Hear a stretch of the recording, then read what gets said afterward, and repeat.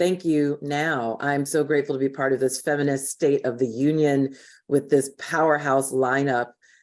Reproductive justice is inextricably intertwined with racial justice.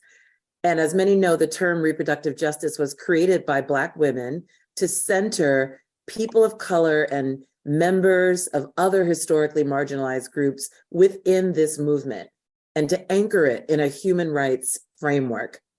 Reproductive justice is necessarily intersectional because issues around bodily autonomy and self-determination impact people's lives in countless ways.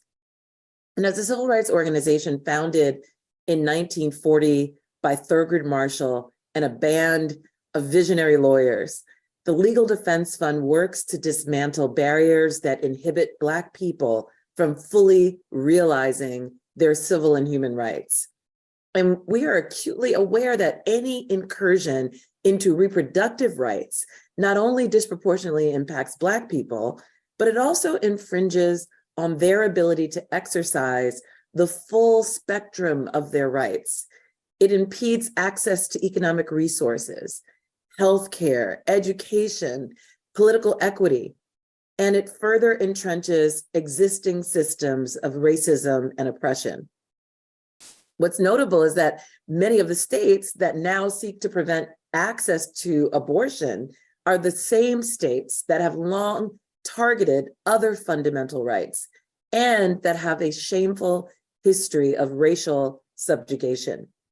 The recent court ruling restricting access to mifepristone, one of the drugs used in medication abortion care, highlights this critical linkage. Black people rely on access to safe legal abortion more than any other group and already face disproportionate economic and health system barriers to access challenges which bolsters access to medication abortion care, has helped ameliorate, and which will worsen immensely if it is restricted. While LDF, like many other groups, is working through the court system to challenge attacks on abortion access, this work can only go so far. It must be accompanied by proactive congressional action to codify the right to reproductive care, including the right to an abortion. Passing the Women's Health Protection Act, which would establish a national right to access abortion and guard against state efforts to limit abortion access, would be a critical step in the right direction. The bill has passed twice in the House, and it was recently introduced for consideration this session, but it has never been able to secure 60 votes in the Senate and surpass the filibuster threshold. The stalling of the Women's Health Protection Act serves as a striking example of the filibuster's regressive, damaging nature, and it epitomizes why congressional action on reproductive rights must include swift work to eliminate or amend this antiquated procedural rule.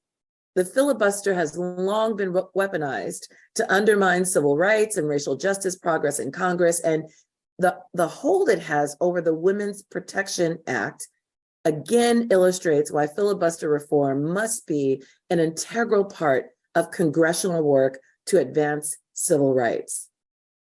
Finally, securing abortion access and other reproductive rights cannot be separate from work to advance civil rights at a moment in our democracy where we are enduring relentless rollbacks of long-held rights. Legislators and advocates must continue to introduce and pass bills that safeguard voting rights and ensure fair representation, bills that advance economic and housing justice, and bills that further education equity by dismantling the systems of oppression that have allowed injustices and inequities to flourish in all aspects of people's lives, preventing them from thriving as their full selves.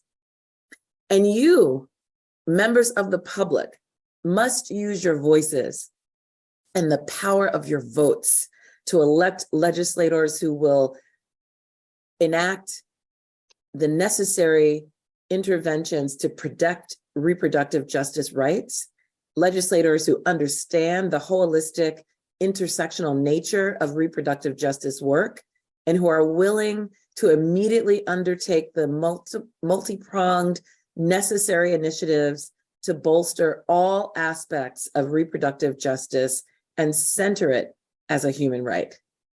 Thank you. Thank you so much, Janai, and thank you so much for all the work NAACP LDF is doing for civil rights and reproductive rights and justice.